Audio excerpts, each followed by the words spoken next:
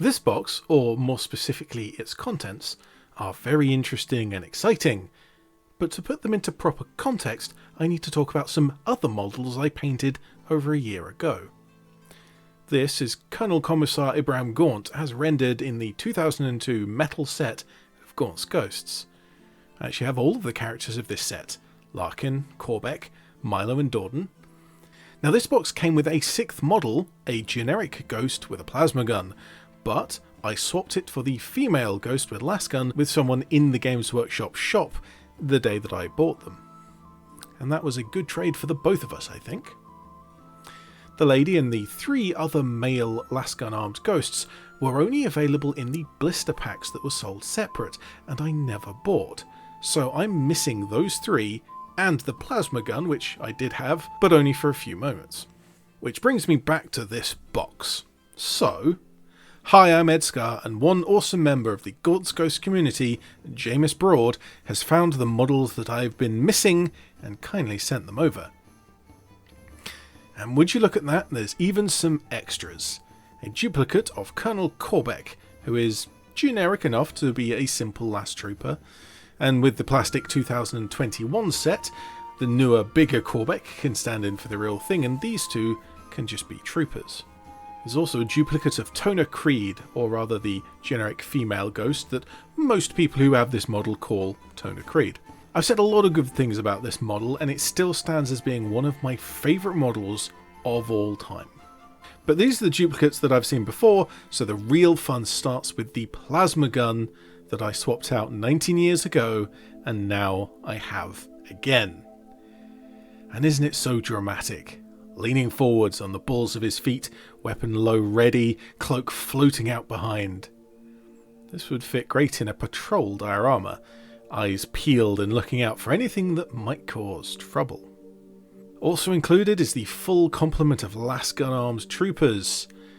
Generally these are referred to by the numbers, but I pretty much call them Running Ghost, Aiming Ghost and Reloading Ghost. I'm sure you can tell which one is which. The cloak of the Aiming Ghost is the perfect example of a sculpted cloak to me. It's so similar to the others in the set that I've already painted, and I really enjoyed painting those, and I love the style of it. The Reloading Trooper also has a great cloak, and is an interesting one because it's pretty rare for a model in Games Workshop's catalogue to ever reload, or have any indication that a weapon would run out of ammunition or have a missing magazine or power cell. But the Running Trooper is particularly interesting for me because this cloak is quite unlike any of the others in the metal set. It's tied up in the middle and then it's wrapped over one shoulder, far more like an older style kilt than the around the chest cloak that all of the other models are wearing. Now, with no proof or knowledge outside of the model itself, I'll say that that might well be a deliberate feature of this model to look like a kilt. So naturally this video will quickly descend into some painting, and while I get started I'll try to outline every official model that I'm aware of. Of course, as detailed a few moments ago, there are 10 metal models in the 2002 set, 5 characters and 5 generics, 1 with plasma and the rest with lasgun. And we'll have a good look at those in this video. There are also 6 models in the 2021 plastic set. As of the filming of this video, they are still available from many independent retailers. Of note here, some of the characters are the same, but also some of the characters are different between the two sets. Ibrahim Gaunt, as you might expect, is represented both times, and as well Corbeck and Larkin feature in both sets.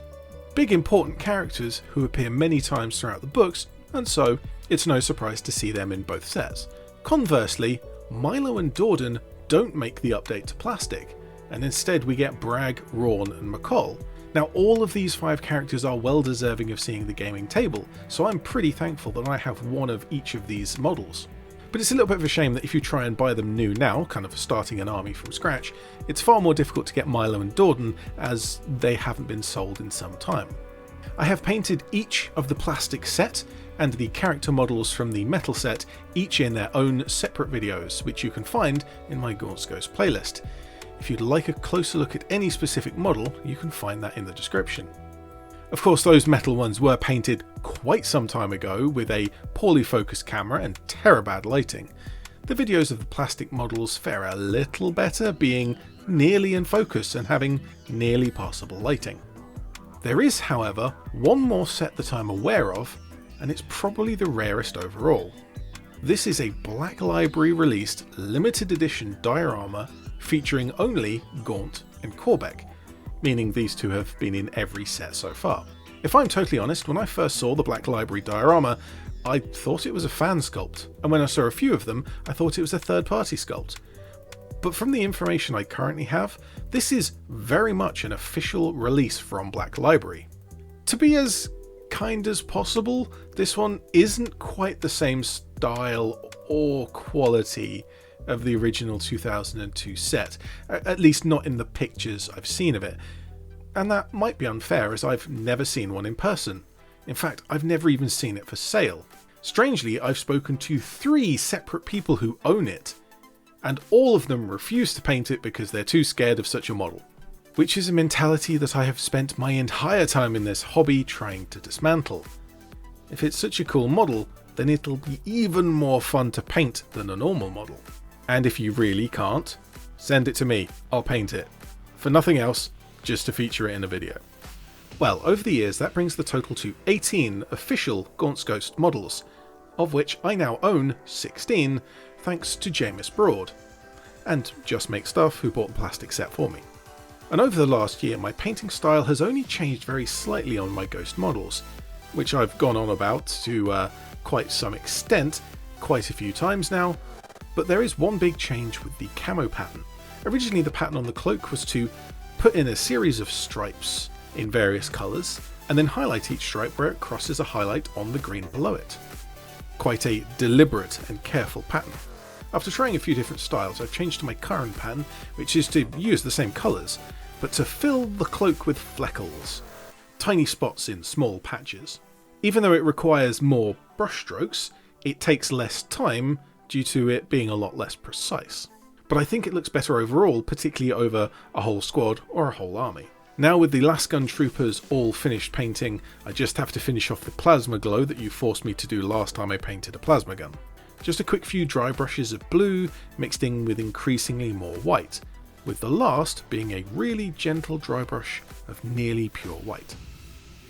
The usual style for plasma guns is to paint white and then dry brush into the darker colour, going further away from the source as you go, but I've made my kettle of worms and so I'm going to stick to it. And here we have the set complete, an example of all 10 of the Metal 2002 set painted up. You'll notice that my aiming ghost has a bayonet now. That's because as soon as I got this fairly rare model that I've wanted for ages and someone kindly sent to me, well, I dropped it and I damaged the handle on his belt, so I glued a bayonet onto the barrel instead. I also dropped the running one and bent the muzzle. I take good care of my toys, honest. Well, with some brand new shiny classic models painted up, please post in the comments if you have any information about these, particularly if you know who the sculptors are of the various sets. Do also thank James for sending these my way, and share the video with anyone who you think might be interested. I'm ED-SKaR, always will be, and thank you very much for watching.